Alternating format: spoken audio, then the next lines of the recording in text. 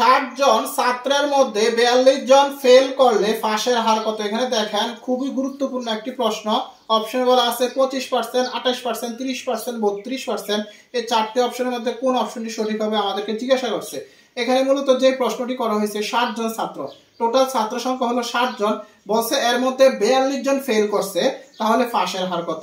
এখানে আমরা যে কাজটা আগে বের করতে হবে সেটা হলো এখানে পদ সংখ্যা টোটাল আমরা যেহেতু সূত্রটা ব্যবহার করতে হবে সেহেতু এখানে দেখা যাইতেছে পাশ কয়জনে করছে সেটা বের করতে হবে। তাহলে এখানে মূলত 60 জন যেহেতু ছাত্রছাত্রী, তার মানে এটা থেকে যদি 42 জন মাইনাস করেন, 42 জন যদি মাইনাস করেন তাহলে তো পাশের হারটা বের হয়ে আসবে। তো 42 জন মাইনাস করেন, 42 জন মাইনাস করলে কত থাকে?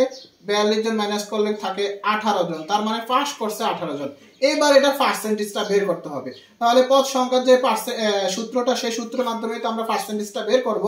তাহলে মূলত 60 জন যেহেতু ছাত্র, তাহলে 60 জন সবসময় নিচে হবে, উপরে হবে কি পাশের হার। এখানে যেহেতু পাস করছে কতজন সেটা, এখানে 18 জন পাস করছে, ইনটু যেহেতু এখানে শতকরার অঙ্ক সেই জন্য 100। এবার কাটাকাটি করেন, সমাধান চলে আসবে। এবার যদি আপনি 10 দিয়ে 60 কে কাটাকাটি করেন তাহলে হয় 6, 100 কে যদি আপনি 10 দিয়ে কাটাকাটি করেন তাহলে হয় 10। এবার 6 দিয়ে যদি 18 কে কাটাকাটি করেন তাহলে হয় 3। তাহলে 3 10 কত? 30, তার মানে 30% পাস করছে। এভাবে আপনারা খুব সহজে এমন ধরনের প্রশ্ন পরীক্ষাতে আসা মাত্রই কিন্তু সমাধান করতে পারবেন।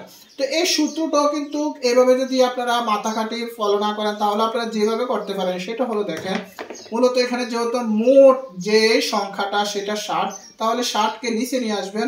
এবার এটা থেকে এটা মাইনাস করবেন, মুখে মুখে মাইনাস করবেন, সমাধান পাবেন। তাহলে এখানে 42, 60 থেকে 42 মাইনাস করলে থাকে 18। এবার এটা 100 সবসময় এটার সাথে গুণ হবে যেহেতু পার্সেন্টেজের অঙ্ক। এবার কাটাকাটি করে সমাধান পেয়ে যাবেন। 10 দিয়ে 100 কাটাকাটি করলে হয় 10, 10 দিয়ে 60 কে কাটাকাটি করলে হয় 6, 6 দিয়ে 18 কে কাটাকাটি করলে হয় 3, 6, 18, 3, 3 10 কত? 30। তার মানে আপনারা কিন্তু বুঝে বুঝে সমাধান করতে পারবেন, এভাবে আইডিয়া করে সমাধান করতে পারবেন।